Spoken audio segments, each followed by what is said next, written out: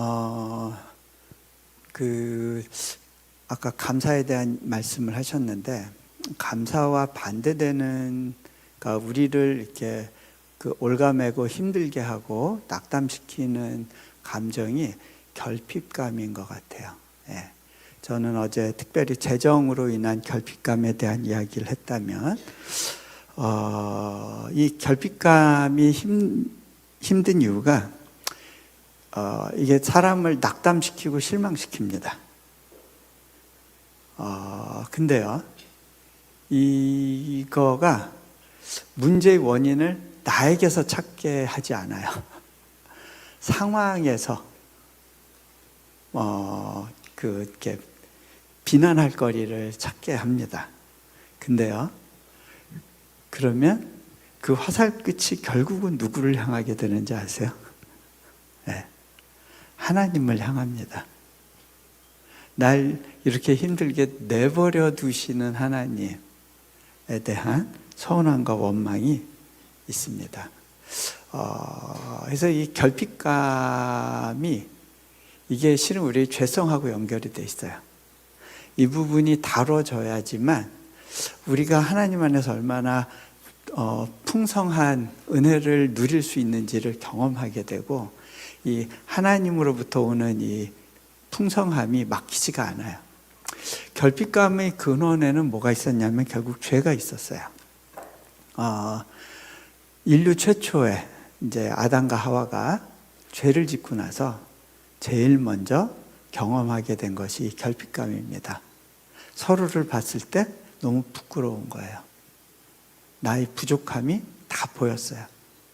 예전에는 하나님의 눈으로 나를 봤기 때문에 괜찮았어요. 아름답고 소중한 존재였어요. 그런데 이제 내 시각을 갖게 된 거예요. 선악과를 먹는다는 이야기는 뭐냐면 내가 판단의 주체가 되겠다는 거예요. 옳고 그른 거, 좋고 나쁜 거를 누가 판단한다? 내가 판단한다. 근데요, 그런 판단하려는 마음을 갖고 있을 때 제일 먼저 힘든 게 나의 결핍을 보게 되는 겁니다. 우리의 삶이 이 결핍감 때문에 서서히 망가지고 있어요. 우리가 세상에서도 그런데 자칫하면 교회 안에서도 이 결핍감 때문에 힘들 수가 있어요. 우리는 끊임없이 우리를 가리고 뭔가 우리를 포장하기를 원합니다. 무화과 나무 잎으로 우리를 가리려는 행위가 그런 겁니다. 아담이 그렇게 했는데 결국은 오래 못 가요. 시간이 지나면 말라버리는 거예요. 여러분들이 미국 처음 오셔서 제일 먼저 이제 자기 차를 갖게 됐을 때 너무 뿌듯하고 행복하셨을 겁니다. 이제 여기 오신 지 한 30년, 40년 되신 분들은 네, 그때 한국에선 차가 없을 때인데 여기 와서 차를 장만하고 나서 네, 오늘같이 우박 소식 나오면 막 불안하죠. 네, 우리 차 상할까봐 네, 애지중지. 그런데 그 차를 5년을 타고도 여전히 감사하는 마음이 생기지 않습니다. 옆에 교회 사모님이 더 좋은 차를 산 거에 대해서 굉장히 마음이 아프고 힘들 수가 있습니다. 그죠? 네, 그런가 하면 처음에 내 집 마련하고 너무 기쁘고 행복합니다. 근데 그 집에서 10년째 살면서 여전히 감사하지 않습니다. 네, 좋은 거를 가져도 유효기간이라는 게 있어요. 어느 시간이 되면 말라버립니다. 처음 목회지에 부임했을 때 너무 행복하고 뿌듯하고 설렜습니다. 10년쯤 지나서는 어떻게 사역지를 갈아탈 수 있을까 고민할 수 있습니다. 처음에 너무 좋았던 축복으로 받았다고 생각한 그것이 부담이 되고 불평거리가 됩니다.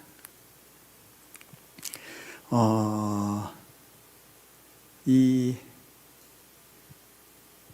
결핍감의 배후에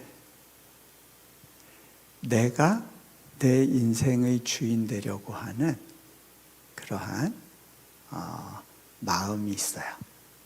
내가 원하는 대로 내 인생이 펼쳐지지 못할 것 같을 때 불안합니다. 때로는요, 우리가 사역을 하는 이유가 이 결핍감을 해결하기 위해서가 되기도 합니다. 연결이 돼요. 제가 어느 이제 몽골 선교사님으로부터 이제 이메일을 받은 적이 있었는데, 이분은 석사 학위가 7개나 있어요. 그런데 또 무슨 학위를 할 거에 대해서 고민하면서 저한테 상담하는 편지를 보내셨어요. 근데 저는 이분을 보면서 이분에게 필요한 건 학위가 아니라는 생각이 들었어요. 공부가 필요한 게 아니라 먼저 이 내면의 결핍감이 해결돼야 되는 거다라는 생각이 들었어요. 내가 뭔가 부족하다고 느끼고 그거를 해결할 수 있는, 자신이 할 수 있는 제일 좋은 방법이 학위 취득이었던 거예요. 나를 포장할 수 있는 가장 좋은 방법이 사역이 되기도 합니다. 저희 가정과 이제 저희 사역에 있었던 좀 아프고 어려웠던 이야기들을 좀 몇 가지 해볼게요. 저희도 이제 못 모르고 몽골에 선교사로 가서 선교가 뭔지도 모르면서 이제 선교사로서 사역을 해야 되는 시기가 있었습니다. 저는 이제 그 이레교회라는 교회에 담임을 하게 됐어요. 네. 저는 그냥 교회 생활 하던 사람인데, 뭐 신학을 공부하지도 않았는데, 그 교회를 담임하던 평신도 선교사님이 떠나가시면서 할 수 없이 제가 그 역할을 대신해야 됐어요. 그리고 대학의 교수로 이제 사역을 해야 됐습니다. 그런 가운데 저희 아내는 그 영양개선 연구소라고 하는 연구소에서 이제 소장으로 사역을 했습니다. 그 연구소는 그 몽골 국립과학기술대학교, 우리로 말하면 이제 카이스트 같은 그런 국립대학교 안에 이제 아내를 파송한 선교 단체에서 이제 영양인들이 중심이 돼서 그 특별히 몽골의 영양 문제가 굉장히 중요한 국가적인 과제라는 걸 보고 거기에 이제 그 연구소를 셋업할 수 있도록 도왔고, 아내가 2대 소장으로 가서 거기서 이제 그 사역을 맡게 됐습니다. 그런데요, 이제 시간이 지나면서 아내가 거기서 굉장히 이제 당황하는 일들을 많이 만나게 됩니다. 왜냐하면 이제 아내는 이렇게 어떤 리더의 자리에서 막 이렇게 이렇게 탁 휘둘고 이렇게 나를 따라라 하면서 가는 그런 스타일이 아니에요.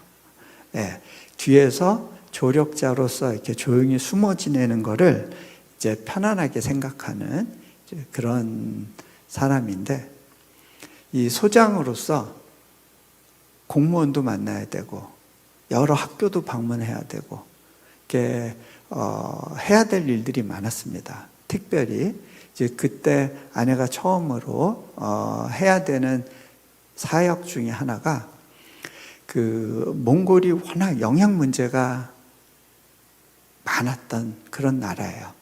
아이들은 아침부터 점심을 다 굶고 집에서 저녁 한 끼를 먹는 경우가 많았고, 식사가 야채가 없는 굉장히 불규칙한 식사를 하다 보니까 성인병도 굉장히 이른 나이부터 오고 일찍 사람들이 죽어가는 그런 시기였어요.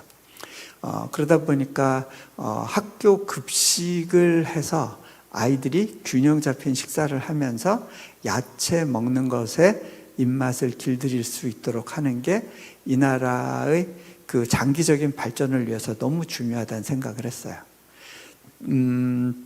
그리고 이제 그 일을 하는데 아내가 이제 너무 버겁다는 느낌이 드는 그런 시간들을 지나야 됐습니다.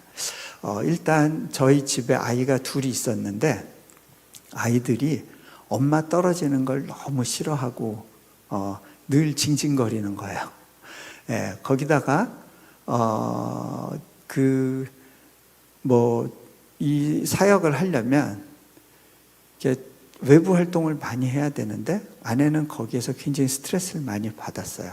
특별히 이렇게 그 뭐 관세 문제를 해결해야 된다거나, 이제 뭔가 이게 이 나라를 위한 사역을 하는 건데 이 나라 정부 관료들이 도움을 주기보다는 계속 방해하거나 해방을 놓거나 그걸 통해서 이제 그 이익을 얻으려고 하는 그런 모습을 보고 이제 좀 어려운 시간들이 있었어요. 근데 더 어려웠던 거는 남편이 너무 바빠졌어요. 네. 남편이 이제 내려놓음이라는 책을 쓰게 되면서 이제 한국교회 쪽에서 초청하는 일들이 많았던 거예요. 물론 늘 갈 수 있었던 건 아니지만 한번 가게 되면 한 2주 이렇게 집을 비우면 아내는 이제 육아의 독박을 썼다고 이제 생각을 할 수밖에 없고, 여러 가지로 힘들고 막 이렇게 몸은 지치는데 남편은 전혀 도움이 안 되는 그런 상황에 대해서 이제 아내가 이제 서서히 이게 차오르기 시작했던 것 같아요.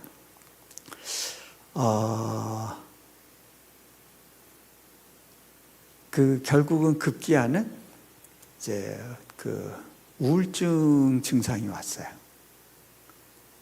뭘 먹으면 다 토해내는 거예요.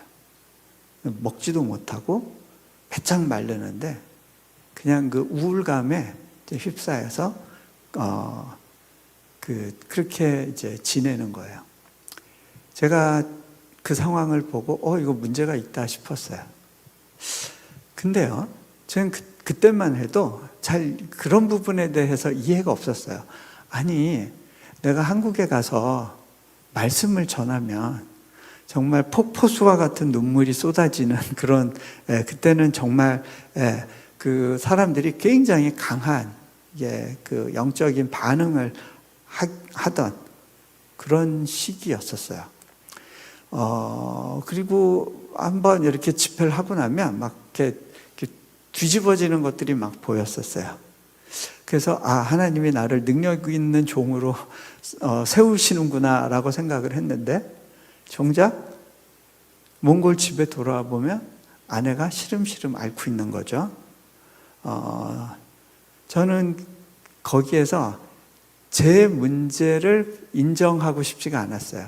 아니, 이렇게 그 사역을 하나님이 열어주시고 풀어가시는데 이 가정에 이런 어려움이 있다는 사실 자체가 잘 이해도 안 되고 이거를 빨리 해결해야 된다는 생각이 들었어요. 제일 쉬운 방법, 제가 아내한테 여보, 우리 내가 당신만을 위해서 일주일을 딱 블록하고 준비를 해서 당신과 내가 가정 예배를 좀 일주일 동안 드립시다. 내가 당신을 위한 설교를 준비하겠다고. 근데 제가 그걸 몰랐어요. 제가 외부에 가서 막 그런 사역의 역사가 있다고 아내에게도 동일한 일이 있을 거라는 착각을 한 거예요. 근데 둘째 날쯤 됐을 때 아내가 그러더라고요.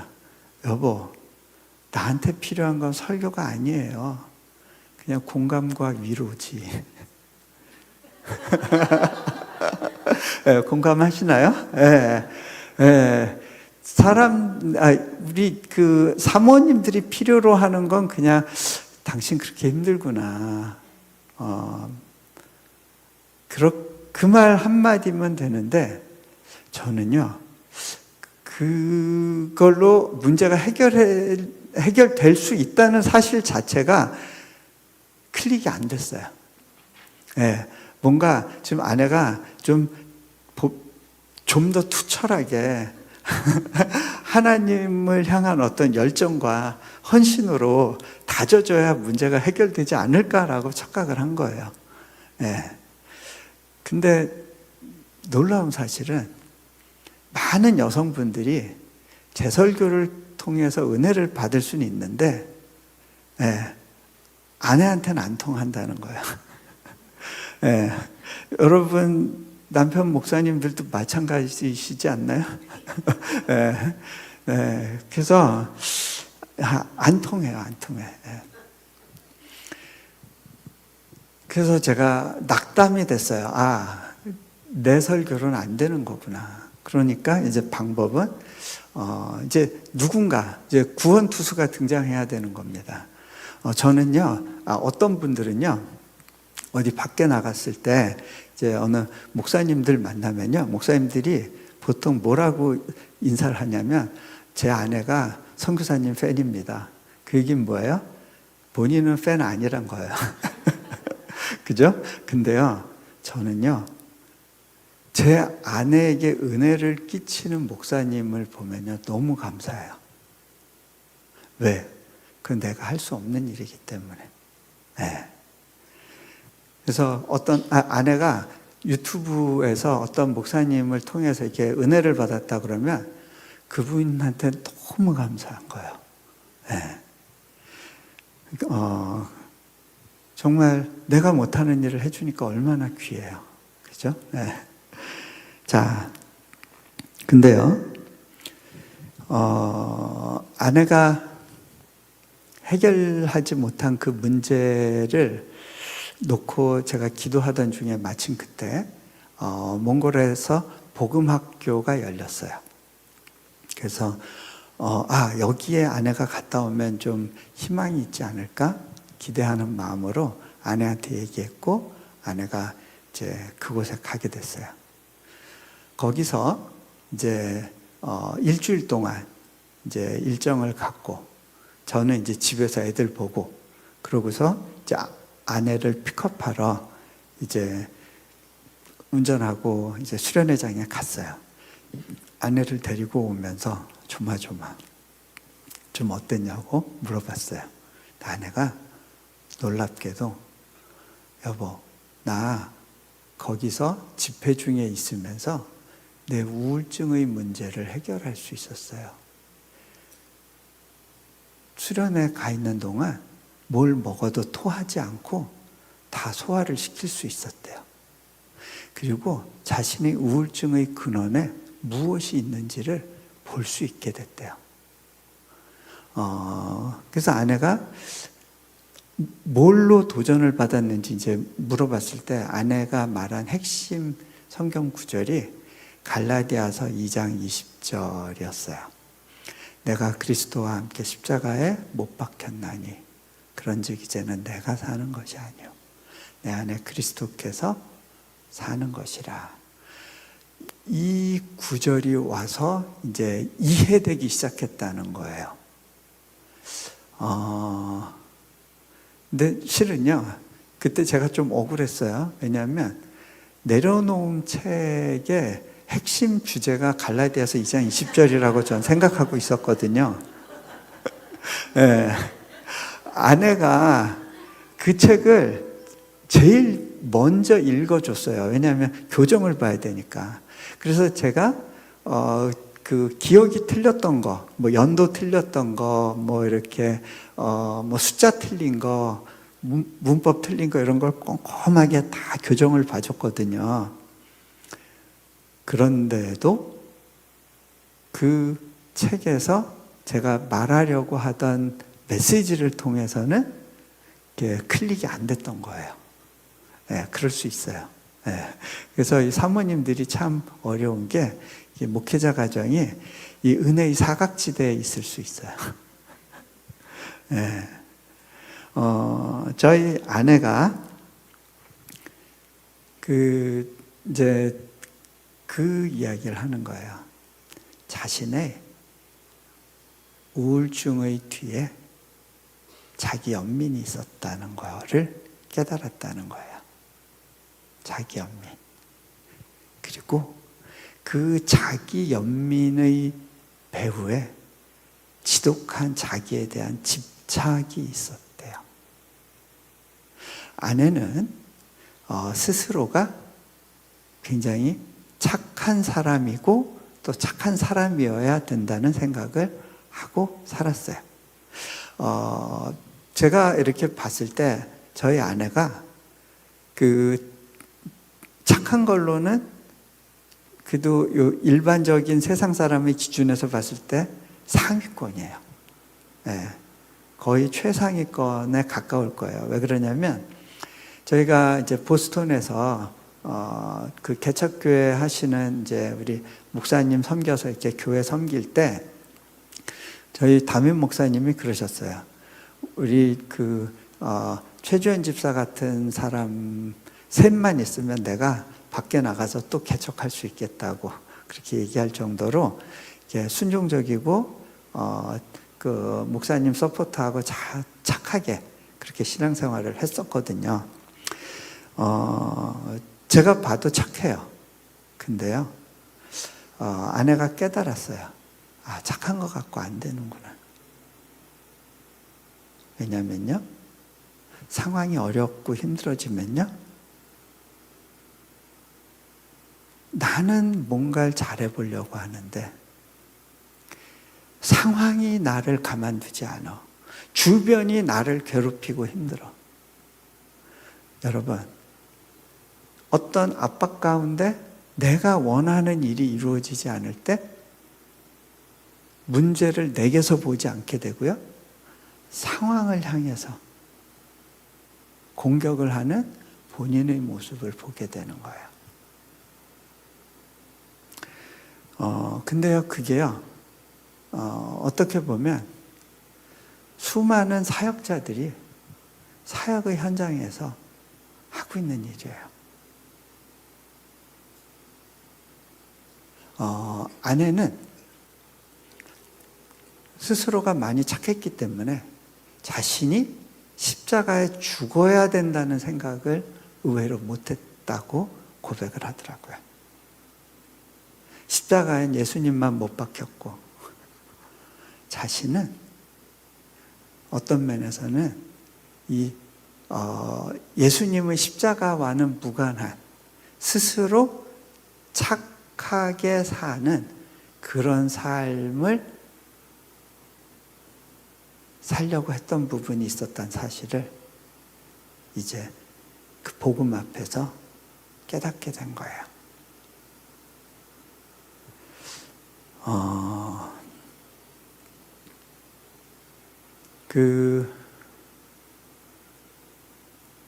우리가 신앙생활하면서 제일 어려운 문제가 반쯤 죽은 거가 제일 어려워요. 네, 왜 닭을 이렇게 목을 한 번에 쳐서 딱 죽여야 되는데 이게 목을 잘못 쳐가지고 이게 반만 찍힌 상태로 얘가 풀려나면 어떻게 돼요? 꽉 하면서 동네방네 다니면서 피바다를 만들어요. 실은 그게요, 제대로 죽지 않은 우리 모습이에요. 나는 피해자야. 나는 뭔가 잘해보려고 하는데 이 인간들이 나를 힘들게 해. 억울하다 내 인생. 근데요, 그런 생각은요, 내가 피해자라는 생각은요, 씹으면 씹을수록 달콤해요. 그래서 아침에 모닝커피 한잔 하면서 힘든 내 인생, 그러면서 우울을 씹으면서 점점 나는 더 괜찮은 인생을 살 수 있었는데 인간들을 잘못 만나가지고 이 악역을 하고 있어. 괴롭다 내 인생 하면서 점점 빠져들어가는 거예요. 아내가 이제 그 복음학교에서 보게 된 건 뭐냐면 수많은 선교사님들이 그런 고백을 하면서 우는 거예요. 내가 복음이 없어서 죽어가고 있었다는 거예요. 선교사가 복음 전하러 간 사람이잖아요. 근데 선교사가 복음이 없어서 죽어요. 선교사들이 뭘로 죽냐면요, 제가 보니까 다 핵심이요, 배신감 때문에 죽어요. 잘 키워놓은 정말 정성을 다하고 사랑을 쏟았던 제자가 돈 떼먹고 거짓말하고 하는 모습에 이제 뒤집어지는 거야. 그렇게 상처를 받으면요, 이런 식으로 얘기해요. 내가 몽골 쪽으로는 그쪽을 향해서 오줌도 놓지 않겠다. 예. 여러분도 어느 도시를 떠나오면서 내가 LA 쪽으로는 오줌도 안 넣겠다, 이런 분이 혹시 있을지 모르겠어요.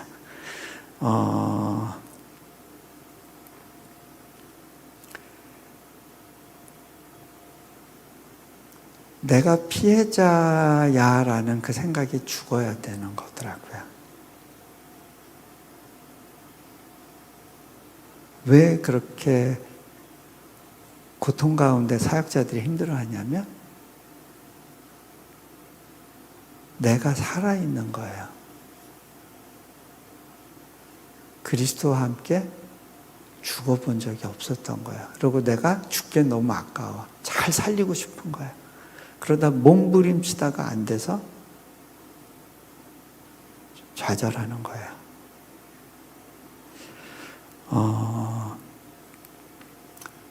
어쨌든 아내가 그 시기에 복음을 새롭게 고백하고 경험하면서 이제 우울증의 문제를 이겨나가기 시작했어요. 근데 이게 그런 것 같아요. 한번 어떤 어려움의 고통의 시간을 이렇게 지내왔잖아요. 우울했던 시간들이 있었잖아요. 그러니까 해결되는데도 비슷한 시간들이 걸리는 것 같아요. 아내가 그 부분에 대해서는 이제 회복이 됐지만 간헐적으로 다시 그 어려움 속으로 들어가는 그런 시간들이 있어요. 그리고 하나님은 일부러 또 확인 사살을 하시기 위해서 그런 시간들을 주셨던 것 같아요. 그 인도네시아에 가서도 이제 아내는 공동체에 어쨌든 그 안주인 역할을 해야 되는 상황이 됐어요. 많은 사역자들이 오면 리더 사모로서의 역할을 사람들이 이제 요구하는 그런 세팅 가운데 있는데 아내는 그 역할을 감당하기에는 가정에 어린애들이 너무 많았어요. 네. 사춘기 아이서부터 어린애까지 다 있는데 특별히 넷째가 태어나고 나서 셋째가 성격이 굉장히 거칠어졌어요. 애가 폭력적이 되고 막 그렇게 감정 기복이 그렇게 심한데 아내가 그 아이를 이제 막 챙기고 돌보면서 너무 낙담하고 이제 하나님께 속상하고 막 화가 나고 왜 원하지도 않았던 넷째를 주셔서 이렇게 예쁘고 착했던 셋째가 망가져야 되냐고 그런 시간들을 또 지나가야 됐어요. 그런가 하면 이제 아내에게 있어서 이제 제일 어려웠던 것 중에 하나가 이제 건강한 대면을 잘 못하는 부분이 있었어요. 제가 이제 이 얘기를 계속 꺼내는 이유가 있어요. 이제 기도하면서 이제 이 부분 때문에 이제 힘든 분들이 좀 있었겠다 싶어서 이 얘기를 하는데 아내가 저하고도 좀 힘들었던 이유 중에 하나가 저한테 속상하고 힘든 거를 다 이야기하기보다는 알아서 이해해 주기를 바라는 쪽이었어요. 그런데 저는 전진 앞으로 그러면 딱 요것만 보지 옆이 안 보이는 사람이에요. 누가 옆에서 인사를 해도 제가 인지를 못해요. 그래서 저 같은 사람은 한국에서 목회했으면 큰일 날 뻔했다 싶어요. 이렇게 시야가 딱 목표가 있으면 시야 그것만 보여요. 그러다 보니까 아내가 뭘 힘들다고 사인을 보내도 저는 그걸 못 읽어요. 그리고 제가 뭔가 이렇게 속상해서 인상 쓰고 있으면 아내는 굉장히 어려워했어요. 저는 다른 문제를 갖고 그럴 수 있거든요. 근데 아내가 그걸 왜 힘들어 하나 봤더니 저희 장인어른이 그렇게 좀 이렇게 어려운 분이었어요. 아내가 어려서 아버지 눈치를 많이 봐야 됐고, 또 교회를 다니려면 아버지의 허락을 늘 받아야 됐는데 허락을 못 받은 상황에서 몰래 교회 다니는 시간들이라든가 여러 가지로 이제 아내가 아버지에 대한 어려움이 있었는데 그게 이제 저한테 이제 투사가 되는 부분들이 있었다는 것을 이제 깨닫게 됐어요. 그런데 아내가 이런 성격적인 어려움 때문에 사모로서 이렇게 누군가를 리드하고 하는 것 자체가 상당히 어려웠어요. 그러다 보니까 아내를 돕고 멘토링 한다는 의미로 또 어떤 분들이 또 매니플레이션을 하는 경우들도 좀 이제 있는 거를 보게 됐고요. 근데 이제 아내가 어쨌든 굉장히 다운되고 힘든 시기가 있었어요. 그때 사단이 주는 속삭임이 있어요. 야, 그게 억울해하지 말고 차라리 죽어버려. 죽으면 다 끝나는 거 아니야? 근데요, 생각을 해보니까 그게 정말 무서운 거짓말이라는 생각이 드는 거예요.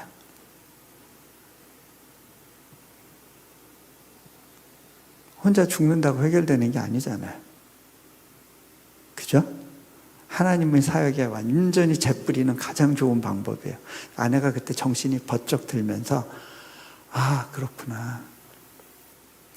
한 사역, 한 공동체, 한 교회 망가뜨리는 것 정말 사모한테 달렸구나. 사단이 사모를 딱 미혹해서 넘어뜨리면 다 죽는 거구나. 아내가 그 깨달음이 왔었다고 그래요. 저희가 이제 아이가 띄엄띄엄 있다 보니까 아이 하나하나마다 관심이 필요한 때가 있어요. 근데 우리는 나이가 들어가면서 체력이 딸려요. 네. 아내도 갱년기를 가야 되는데 그 사춘기 아이서부터 이제 막 아장아장 걷는 아이까지 너무 이제 편차가 크니까 이제 아내가 이제 에너지가 고갈되고 이제 힘든 시간들이 있었어요. 그때 이제 아내가 했던 말 중에 너무 싫어. 너무 싫어라는 표현을 몇 번을 쓴 적이 있어요. 근데 이제 저희를 위해서 중보해 주시는 어느 기도해 주시는 분이 아내한테 메시지를 보냈어요. 사모님을 위해서 중보하고 기도하는데 하나님께서요, 싫어도 어쩔 수 없대요.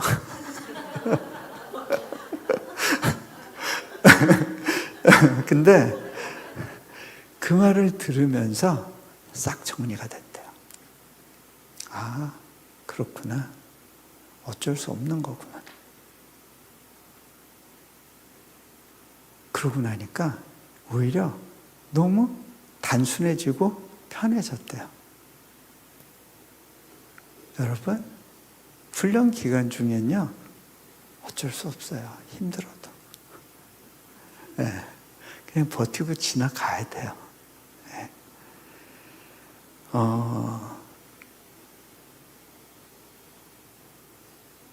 상황이 문제가 아니에요.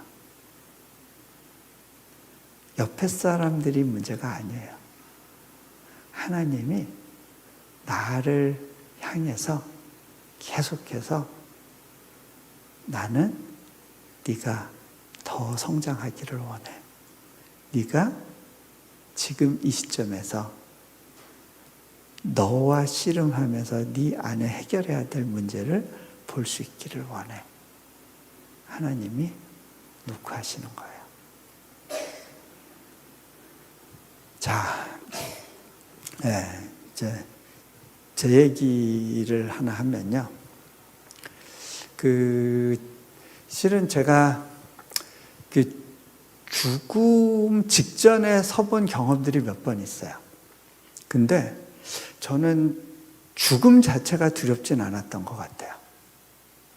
근데 그거보다 저를 더 두렵게 했던 것 중에 하나가 인도네시아에서 사역을 하면서 정말 내가 부르심의 자리라고 알고 왔던 이곳에서 정말 아무것도 이룰 수 없다라는 걸로 결정나는 상황에 대해서 두려움이 있었던 것 같아요. 하나님은 그 두려움에 대해서 다양한 방식으로 집요하게 물어보시는 시간들이 있었어요. 법적으로도 상황은 열릴 것 같지 않았고, 물리적으로도 어려웠고, 사람을 모아서 공동체를 이루어서 그 일을 돌파하는 것도 너무 어렵고 불가능한 일처럼 보였고, 또 재정적으로도 불가능해 보였고, 모든 면에서 불가능한 것 투성이인 상황이었는데, 거기서 정말 저는 노바디로 이렇게 구르고 있을 때였어요. 그 미국의 미시간에 어느 목회에 실패한 한 목사님이 계신데, 그분이 이제 그 한국 교회에 좀 유명한 목사님들을 다 걸어서 이단으로 특별히 어떤 성령 체험한 이야기를 하거나, 특별히 이제 은사적인 부분에서 이렇게 좀 드러나는 부분이 있거나 하면 막 신사도로 엮어서 이제 그 이단으로 걸고 막 시비하는 분이 있었어요. 근데 그분이 볼 때 저는 굉장히 좋은 먹잇감이었어요. 왜냐하면 교단 소속도 안 돼 있지, 평신도지, 밟아도 뭐라고 할 사람 없을 것 같지, 제일 안전한 사람이라고 봤던 것 같아요. 그러고서 이제 박사학위의 탈을 쓴 박수무당이라는 제목으로 글을 올리는 것부터 해가지고 그러니까 결국은 뭐냐면, 제가 기도하다가 이제 하나님과 대화한 이야기들을 이제 예로 이렇게 설교해서 한 것들을 가지고 이 사람이 직통계시를 주장하는 이단이라고 이제 얘기를 하는 거죠. 예. 그러면서 이제 막 이런저런 거를 이제 걸어요. 제가 실은 여러분 예를 들어서 그 새벽 기도 하다가 어느 순간 하나님께서 마음에 감동을 주시면서 자신의 죄를 깨닫게 해주시는 경우가 있잖아요. 그런 걸 직통계시라고 하지 않잖아요. 네. 그러니까 이거는 좀 해도 심하다 싶었는데, 그거를 그 합동의 어느 한 노회에서 이 사람 수상한 것 같으니 조사해 주세요 하고 이제 그 이단 심의 올렸는데, 그거를 이제 일단 그렇게 되면 총회에서 받아야 된대요. 근데 그게 이제 그쪽 관련 신문에 이제 기사가 난 거죠. 근데 이제 그렇게 되니까 그때 저는 이제 자꾸 이렇게 생각이 앞서가는 거예요. 이게 나는 괜찮을 수 있어도 예를 들어서 어느 교회 가서 내가 말씀을 전하는데 그 교회가 목사님하고 장로님하고 갈등이 있는 관계다. 그러면 장로님들이 목사님을 공격하는 수단으로 그거를 걸 수 있잖아요. 핑계거리를 만들어낼 수 있을 상황이고, 또 우리는 어떤 면에서는 계속 후원을 받아야 되는데, 후원하는 교회가 내부적으로 건강하지 않을 때 그런 것들을 가지고 문제를 삼으면 이거 복잡해지겠는데 라는 생각이 드는 거예요. 가뜩이나 지금 하나님은 재정으로 하나도 풀어주시지 않는데 나를 여기서 사역하라고 이렇게 딱 던져 놓으시고, 누가 뒤에서 칼로 푹 찌르는데 그냥 찌르게 내버려 두신다고 느껴졌어요. 하나님, 이거 좀 이렇게 하면서 나 여기서 사역할 수 있겠어요? 그러면서 내가 좀 하나님하고 좀 이제 이렇게 씨름하는 시간이 있었어요. 좀 다른 것보다 그때는 제가 이제 배신감이 들었고요. 그 다음에 이 사역이 이상하게 꼬이면서 아무 일도 일어나지 않는 상황이 되는 것에 대한 두려움이 제 안에 있었던 것 같아요. 기도하고 있었어요. 기도하는 중에 하나님께서 제게 딱 물으시더라고요. 예, 너 내려놓은 책을 쓰고 나서 다른 사람들이 너의 실제를 보는 것이 아니라 거기에 뭔가 어떤 이상적인 어떤 뭔가를 투영해서 너를 우러러보는, 너의 실제를 보는 게 아니라, 물론 제가 책에다가 거짓말을 쓴 건 아니지만 그 책에서 본인들이 갖고 있는 어떤 이상적인 이미지를 거기에 투영해서 나를 본다고 느끼지 않았냐고 그러니까 하나님이 저한테 물으신다고 느꼈어요. 그렇죠. 예. 예, 너 그거에 대해서 불편해, 억울해, 이거는 실제가 아니야. 하나님 어떻게 이런 거짓이 있을 수 있어요? 그러면서 너 떼굴떼굴 구르면서 이거 아니라고 나한테 씨름한 적 있었니? 하고 물어보시더라고요. 아니요, 없었죠. 그거에 대해서는 너 오케이 하고, 어차피 너의 실제가 아닌 또 다른 이미지로 너를 이렇게 묘사해가지고 또 어떤 이상한 이미지를 만들었으면 그거에 대해서도 이런 모습도 있고 이런 모습도 있지 하고 그냥 넘어가 줄 수 없니? 하고 저한테 물어보시는 거예요. 그렇겠죠? 네. 자, 왜 하나님이 이런 설득의 과정을 가시는 걸까요?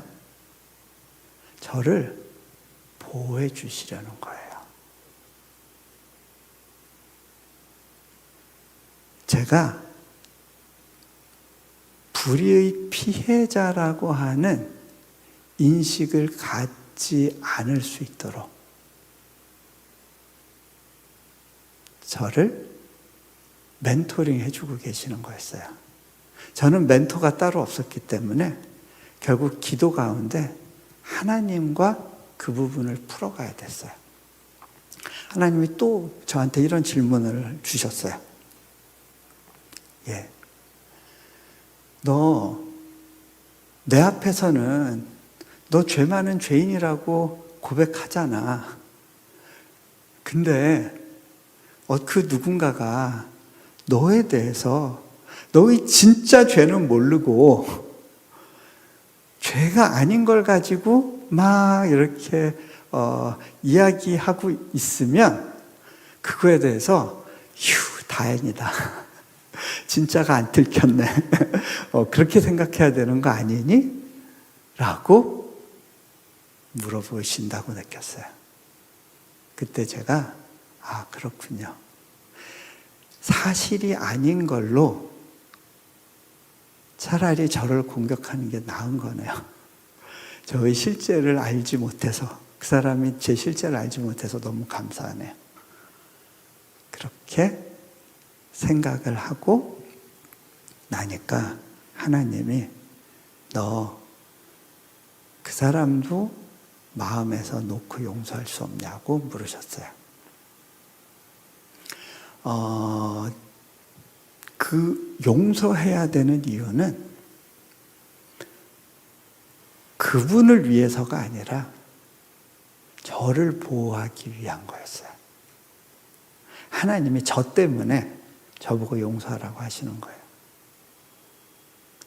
그 사람 불쌍해서가 아니에요. 제가 그렇게 하겠다고 했어요. 근데 하여간 이분들이 되게 집요해요.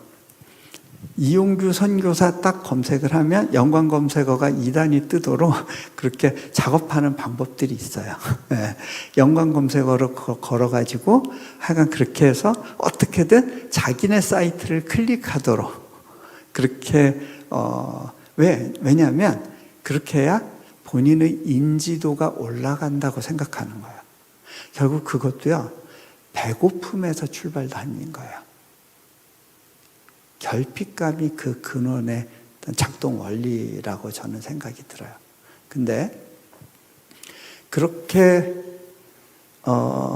하는 거에 대해서 하나님, 최소한 이거 막아야 되는 거 아니냐고, 이거는 좀 이렇게 고발을 하든지 아니면 이렇게 다음이나 네이버에 요청해서 이거 이렇게 명예훼손이니까 하지 못하게. 실제로 그 몇몇 교회 목사님들은 그거를 했어요. 오륜교회 목사님이라든가 몇몇 교회 목사님들은 정식으로 그 프로세스를 갔어요. 근데 저 같은 경우는 그냥 냅두고 하나님이 하시는 걸 좀 보면 좋겠다라는 생각이 들었어요. 가만히 있었어요. 근데 참 재밌는 게, 사단이 주는 두려움의 거짓말과 실제는 다르구나라는 거였습니다. 그때부터 이상하게 합동 측 큰 교회에서 저를 열심히 초청하는 거예요. 그래서 제가, 지금 이렇게 이단 조사한다 이러고 있지 않습니까? 교단에서. 근데 왜 저를 초청하세요? 그러니까, 저희는 그거 신경 안 써요. 나중에 서로 어렵지 않겠어요? 저희는 괜찮아요. 급기야는 사랑의 교회에서 초청을 하는 거예요. 왜 자꾸 사랑의 교회에서 초청하세요? 그러면 뭐라고 얘기하시냐면, 그 내려놓음의 그 원리가 당신들이 추구하는 제자훈련하고 너무 그 방향성이 같다는 거예요. 근데요, 똑같은 얘기를 순복음교회에서도 하세요. 네.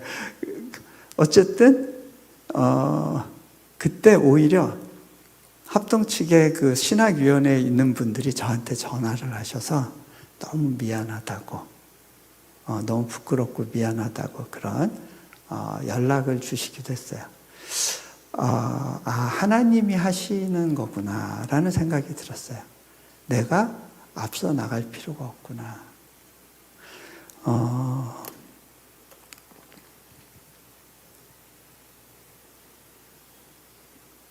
그런 공격이 있을 때 저는 그것만이 아니고요, 여러 번의 공격들을 받곤 했어요. 근데요, 제일 어려운 건 제 안에 일어나는 두려움과 거절감이에요. 우리 내면이 배고프면 그거한테 먹혀요. 그런데 하나님은 나를 사랑하죠. 그리고 그분에게는 어떤 대책이 있어. 라는 믿음이 나를 사로잡게 되면 그 시간들을 지나갈 수 있어요. 사역을 하다 보면요, 이게요, 저희는, 아마 여러분들은 교회가 커지면 좀 더 여유롭고 편안해질 수 있을 거예요. 그렇죠? 네. 근데요, 저희 경우는요, 사역이 커지면 커질수록 부담과 짐은 점점 더 많아져요. 애들이 아프면 병원에 데려가야 되고, 결국 이 돈 없는 애들 뒷책임은 우리 선생님이 해야 되고, 그 선생님 커버는 또 제가 해줘야 되고, 이게 커지면 커질수록 부담이 많아져요. 그리고 인원이 늘면 늘수록 문제는 계속 터져나와요. 근데요, 그 가운데서도 하나님은 제게 너 여전히 안전해. 행복할 수 있어. 라고 말씀하세요. 왜? 제가 예전에는요, 문제 해결에 너무 관심이 많았어요. 두더지 올라오면 팍 잡아야 되는 것처럼 문제 팍 때려잡는 그런 식의 삶을 살았는데 그러다가 일찍 죽겠더라고요. 내가 평생 문제 처리반으로 활약하다 그냥 세상을 마감하겠구나라는 생각이 들었어요. 문제는 계속 있고 하나님은 제가 그 문제와 더불어 인내하며 그 시간을 지나가는 법들을 배우게 하세요.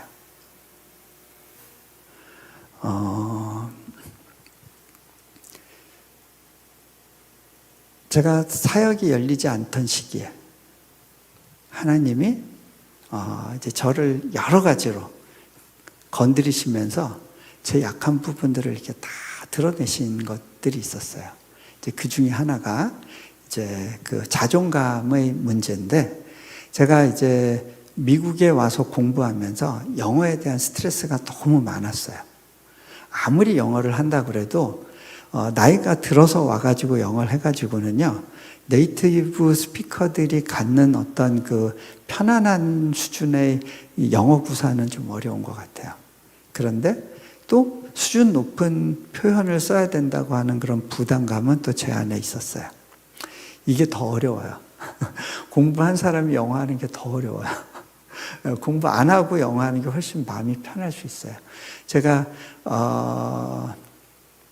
그 인도네시아에서 조금 여유가 있을 때였는데 국제적인 그 선교 그룹들이 저한테 이제 그 트랜스폼 월드라고 하는 이제 그룹이었는데 저에게 좀 그 에듀케이션 분과의 퍼실리테이터가 돼달라고 하는 그런 요청을 하셨어요. 어차피 시간도 많으니까 제가 하겠다고 그랬어요. 그때는요, 아침에 일어나면 오늘은 뭐 하지? 뭐 막상 하려면 할 거는 있는데 오늘 당장 해야 될 일은 없는 그런 시기였어요. 학교가 시작되지도 않았고, 좀 시간이 있을 때였기 때문에 뭐 한번 해보지 했는데, 막상 보니까요, 이게요, 막 그 전 세계의 그 교계 대표들이 모인 자리에서 발제도 해야 되고, 또 그분들을 대상으로 또 이렇게 회의도 진행하고 해야 되는 되게 책임이 많은 자리였어요. 근데 저는 그 부분에 대해서 이게 어떤 국제 어떤 교육선교의 동향을 알고 있는 것도 아니고, 나름대로는 한계가 많다는 느낌이 들어서 좀 위축되기 시작했어요. 더군다나 이제 영어로 회의를 진행하려고 보니까 마음이 불편한 거예요. 그런데 이제 미국식 회의는 이제 임박해지면 뭐 준비해달라, 뭐 준비해달라 이렇게 막 뭐가 날라오거든요. 근데 제가 그걸 보면서 갑자기 딱 일주일 남겨놨을 때 불안감이 확 올라오더라고요. 그러면서 나 그냥 병원에 입원했다고 거짓말하고 그냥 비행기표 취소하고 그냥 숨어버릴까? 라는 생각이 들었어요. 근데요, 그런 때는 무릎 꿇고 하나님과 씨름해야 되는 때예요. 나의 불안함의 근원에 뭐가 있는지를 하나님과 함께 찾아야 됐어요. 제 내면 깊숙한 곳에 무시당하고 싶지 않다는 마음이 있었어요. 왜? 자존감이 지금 낮아 있었거든요. 왜 자존감이 낮았을까요? 내가 하는 퍼포먼스하고 나의 자존감이 맞물려 있었던 거예요. 그런데 하나님은 제게 말씀을 주시는 거예요. 네가 어떤 퍼포먼스를 하느냐 하고 너의 가치가 연결되어 있지 않아. 저는요, 이게 꼭 좋은 방법은 아닌데, 저의 경우에 이게 이제 믿음의 표현이에요. 말씀을 전할 때 원고를 안 만들어요.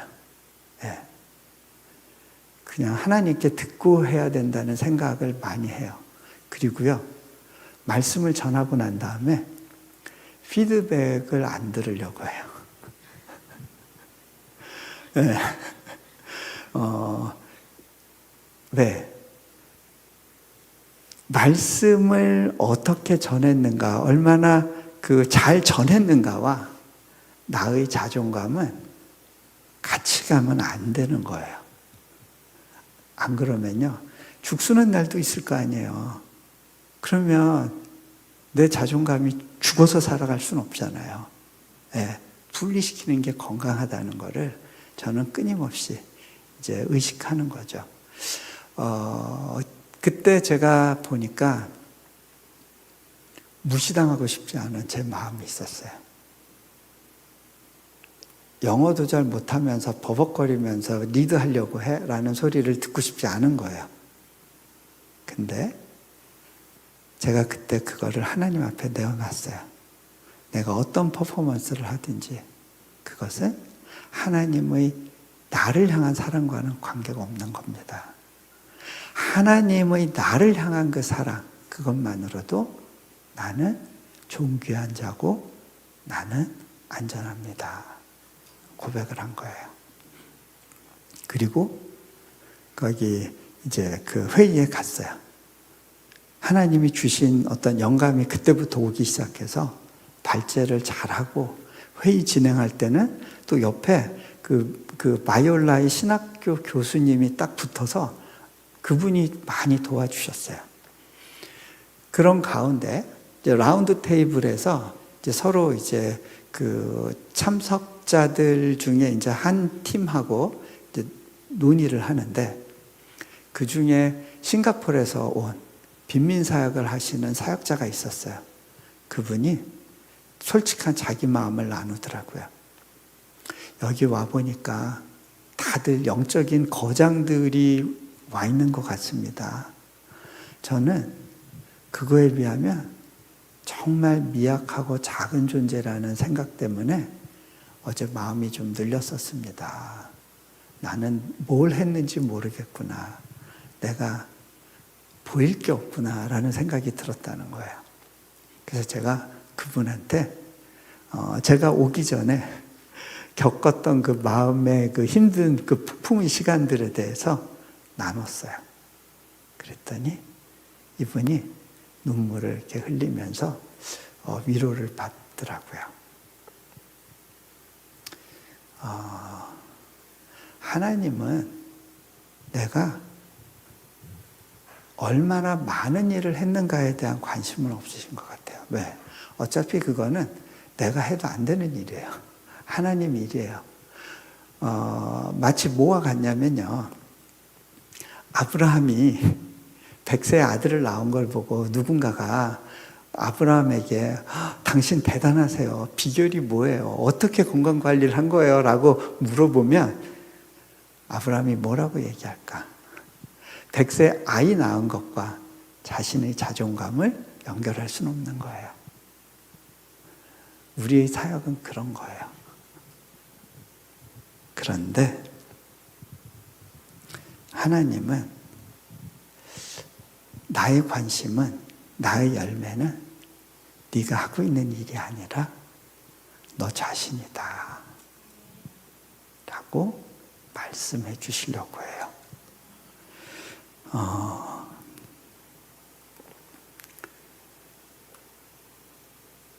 우리가 특히 여기 사모님들이 많이 계시니까 자녀들 관련해서도요, 우리 안에 어떤 두려움이 올 때가 있어요.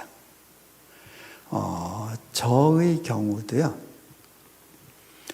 그 인도네시아에 가서 이제 처음에 이제 아이 4명에서 어느 그 한인교회에 갔었는데, 거기에 그 예배 참석하셨던 한 좀 이렇게 오래되신 선교사님이 저희 가족을 이렇게 쭉 둘러보시더니, 야, 이 집 비자비 엄청 많이 나오겠는데? 그러시는 거예요.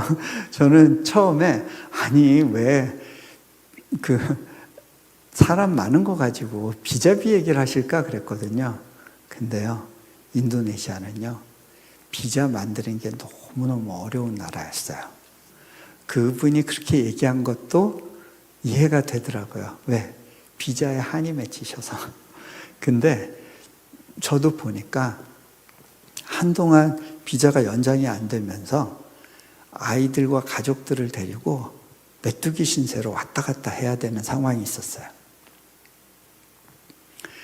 급기야는 비자가 아예 안 돼가지고 한국으로 애들 데리고 들어가야 됐는데 제가 그땐 좀 하나님한테 좀 화가 났어요.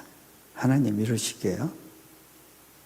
왜냐하면 애들이 막 우리 이제 기말고사 봐야 되는데 아빠 대책 있냐고, 우리 언제 다시 들어오는 거냐고 막 떼쓰면서 물어보는 거예요. 공부하기 싫다고, 학교 가기 싫다고 그럴 때는 언제고 이런 상황에서 그냥 다 아빠 때문이래. 이제 그 애들을 데리고 한국으로 들어갔어요. 저희 아버지께서 야, 너 진짜 어떻게 되는 거냐? 그 뭐 대책 있냐? 차라리 너 이 교회에 신학교 가서 안수받고 좀 정상적으로 남들 가는 코스를 밟아보면 어떻겠냐라고 물어보시는 거예요.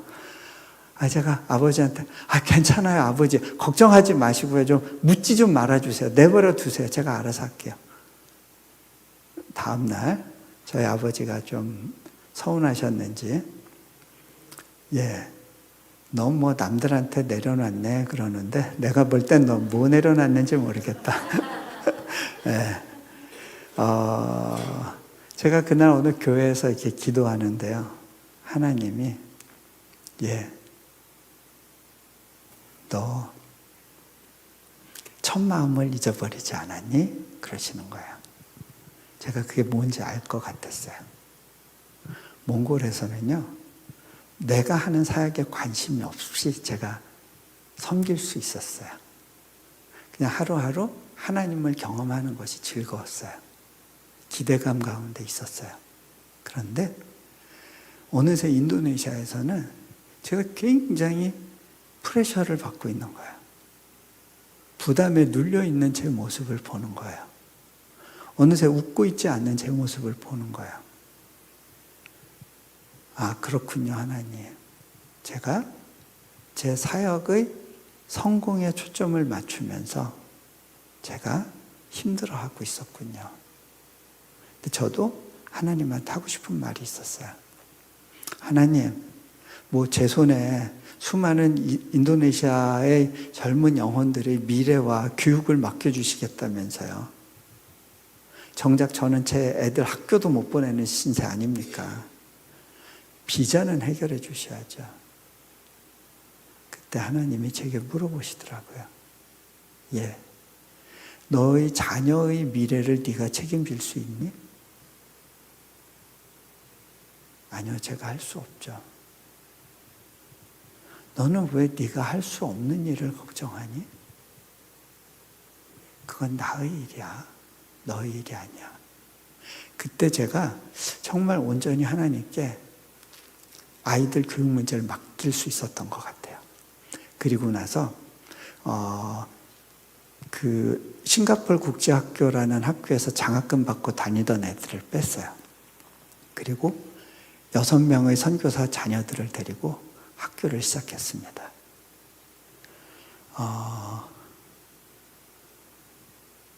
애들이 굉장히 당황했어요. 왜?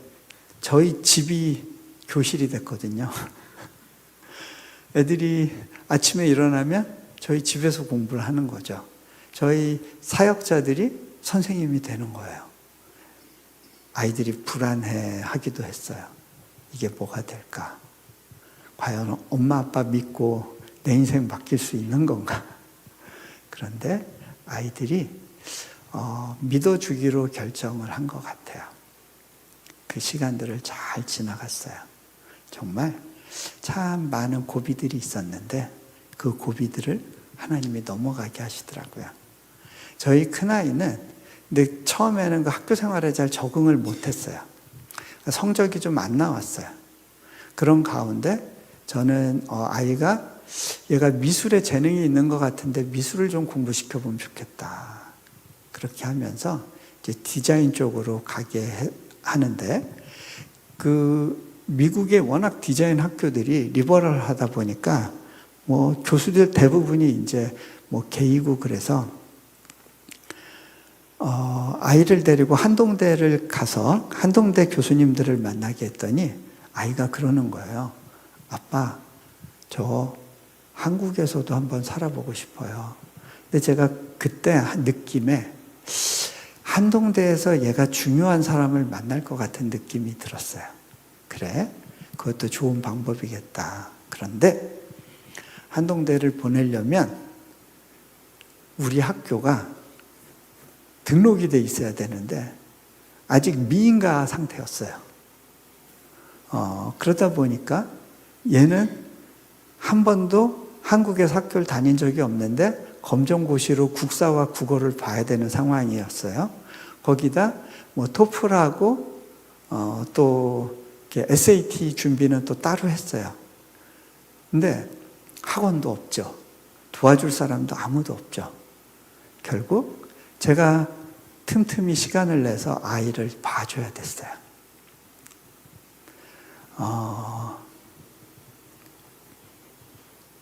근데 그 시기에 하나님께서 이미 자녀에 대해서 하나님께 온전히 맡겨드릴 수 있는 그런 마음을 주셨기 때문에 제가 토플하고 SAT를 지도해 주면서 아들이 부족한 것이 많이 보이는데도요, 남이에 가르치듯이 가르칠 수가 있었어요. 저희 아이한테 물어봤어요. 동현아, 너 언제든지 아빠한테 배우기 싫으면 배우기 싫다고 얘기해. 아빠가 그만둘게. 아빠, 제발 저 좀 도와주셔야 돼요. 나 좀 살려주세요. 그래서 제가 아이를 직접 지도하면서 그렇게 그 시간들을 지나가 봤어요. 예, 너 한동대 가고 싶다 그랬으니까 우리 거기 한 곳만 원서 내자 그랬는데, 아이가 교회에 갔더니 교회에서 선생님이 야, 한 곳만 쓰는 게 어딨어. 여러 곳을 써가지고 그 중에 잘 되는 데를 가야지. 네가 갈 수 있는 제일 좋은 데 가야지. 뭐 이제 그렇게 얘기를 해주신 거예요. 얘가 와가지고 아빠, 뭔가 아빠가 잘못하고 있는 거 아니에요? 하고 저한테 물어보는 거예요. 제가 아이한테 그렇게 얘기해 줬어요. 동현아, 아빠가 미국에 있을 때 굉장히 많은 학생들을 지도해주고 걔네들을 명문대학교에 많이 보냈어. 아빠가 미국의 좋은 대학교에 어떻게 보내는지, 한국의 대학교에 어떻게 보내는지 누구보다 잘 알아.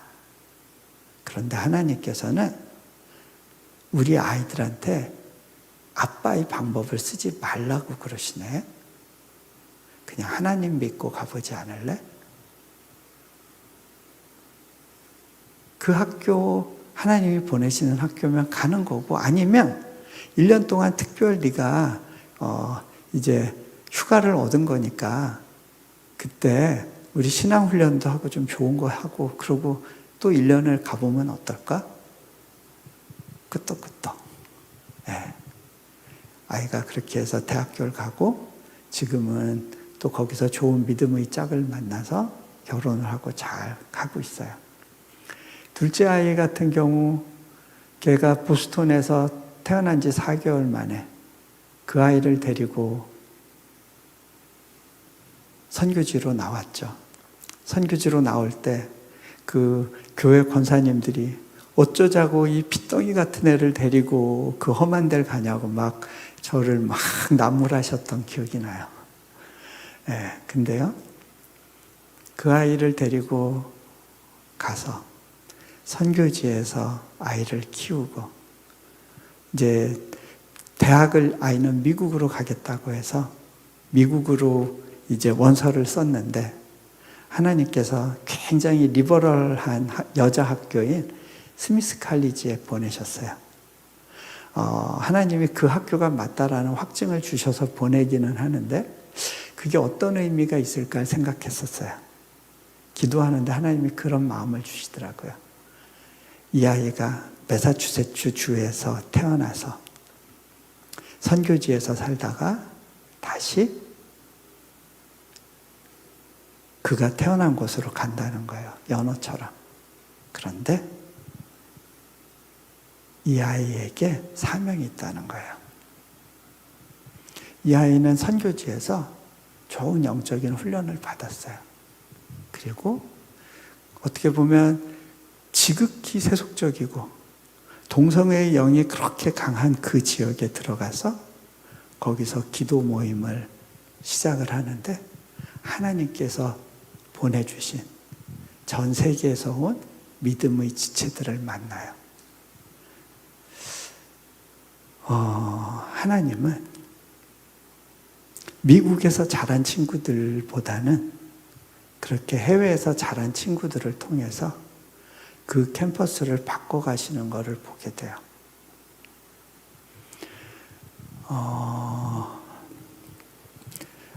아이들이 교회 가고 싶으면 저희 딸을 찾는데요. 야, 나 교회 가고 싶은데 나 좀 데려가 줄래? 네.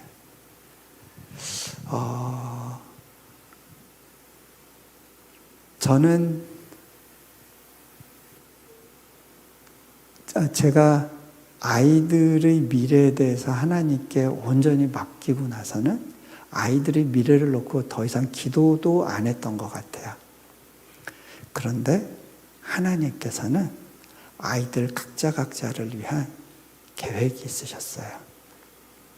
제 역할은 하나님의 그 계획이 방해되지 않도록 제가 한 걸음 물러서서 하나님이 저희 아이들을 위해서 하기 원하시는 방법들을 하실 수 있도록 내어 맡겨드리는 거라는 생각이 들어요.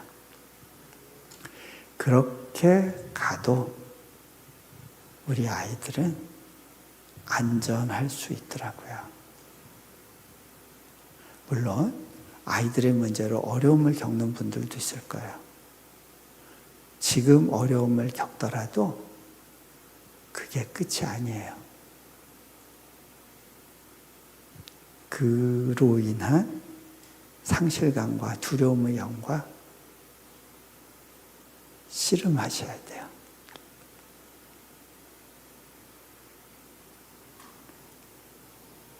그리고 할 수 있다면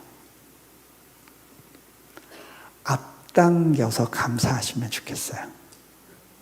그러니까 무슨 얘기냐면 내게 어려운 일이 생겼어요. 나중에 그것이 결과적으로 보니까 선으로 이루어졌어요. 근데 그제서야 감사하는 게 아니에요. 내려놓음의 정신은 결국은 기꺼운 수용이거든요. 여러 가지 의미가 있지만 맡겨드리는 것이 있고 수용하는 게 있어요. 하나님이 허락하신 그 상황을 있는 그대로 감사로 받아내 보는 거예요. 그것이 하나님이 기뻐하시는 믿음이더라고요. 그 믿음을 온전히 이루어 가실 수 있기를 축복합니다.